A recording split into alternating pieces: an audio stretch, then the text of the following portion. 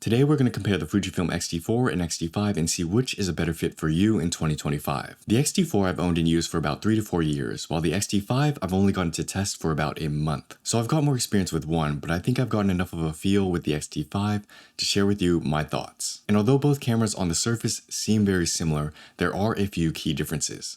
Let's begin. Similarities and differences. The Fujifilm X-T4 and X-T5 share a lot in common, reasonably so because they're literally two versions of the same X-T series. And although technically the X-T5 is the newer version, it doesn't necessarily outdate the X-T4. Both cameras share a traditional camera body shape, with viewfinder and hot shoe centered and bridged up in the middle. They also share the same battery, which lasts significantly longer than the smaller standard Fuji batteries. And the size and weight are more or less the same, with small differences that I don't think you'll notice. A lot of the buttons are the same as well, which is fine because you don't need to change what isn't broken. So where do these cameras differ? Let's just list out some of the things I've noticed. The X-T5 has nicer port doors, while the X-T4 still has the flappy ones.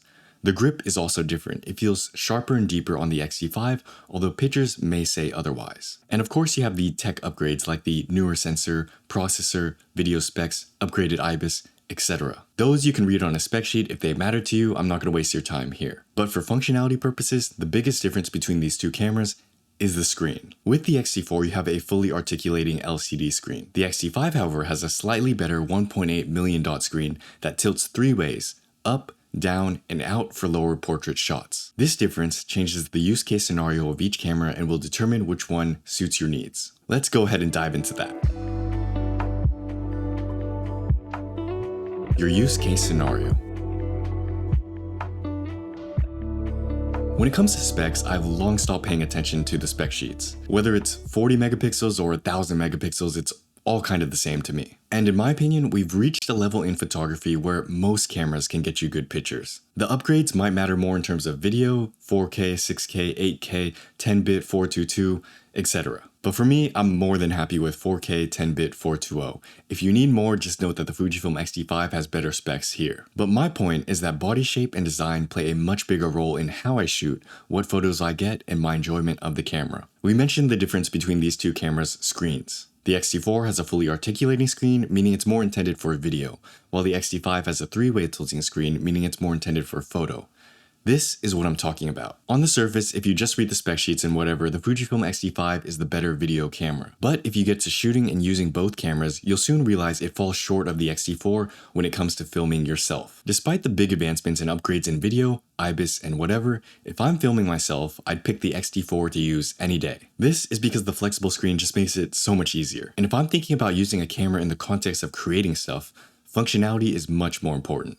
Because when I'm recording some B-roll or taking some product photo shots, I'm not thinking about which camera has more megapixels, is newer, has faster processing, whatever. I'm working on how to get the right angle with the right light for the right shot. So what am I trying to get you to understand here? What I'm saying is that although the X-T5 might seem better on paper, it actually depends. And that it's okay to buy an older, used X-T4 if it suits or fits your needs. A quick run through of what I think about each camera. The X-T4 is better for filming yourself. The X-T4 is better for content creators, YouTubers, and hybrid shooters. And the X-T4 is still really good at photography. The X-T5 is better if you primarily care about just photography. The X-T3 is a great option in this case as well. The X-T5 is a video beast if you like to be behind the camera. And the X-T5 has all the newer upgrades, specs, megapixels, etc. if you care about that. And if you're concerned about waist level photography, both screens work. The X-T5 has a slightly preferred design, but you'd get on fine with the X-T4. So now that we understand which makes each camera better for different purposes, let's do a quick note on whether the X-T series is right for you in the first place. A note on the X-T series. In the past, I've used and taken the X-T4 all over the place. It stands as my main workhorse camera, as I bought it to allow my X100 cameras to be more casual or street shooters, meaning it takes care of all the content I make. It also takes all the main photos when I'm out on a good or important day or visiting somewhere special, so it does all the heavy lifting for me. This is what you should expect when you're buying any X-T series camera. And if you're new to the Fujifilm lineup, this delineation is important, because sometimes you'll end up buying a camera expecting it to be something that it's not. The X-T series cameras are meant to be used, abused, and produce stuff with. This goes for the XH series cameras as well, but that's probably more obvious because of the shape and design of that camera. But if you're looking for something more casual, check out the X100 lines, the smaller X-T50 series, the XE series, the X Pro series, and even the new XM5. I have designated videos on some of these, check them out if you want to learn more. Chances are these cameras will be more than enough for what you're looking for, and getting an XT series might be overkill. Let's move on. Market value. Which is worth it? Obviously, when it comes to cameras, prices change all the time. Newer cameras come out, the buzz and hype of the last camera drops, and interests change. But remarkably, over the years, many Fujifilm cameras have maintained a pretty decently high price range. It's probably due to the popularity of the brand right now. Even older cameras like the X Pro 1 can cost a pretty penny. And at the time of writing, used X-T4s average around $1,000 to $1,200.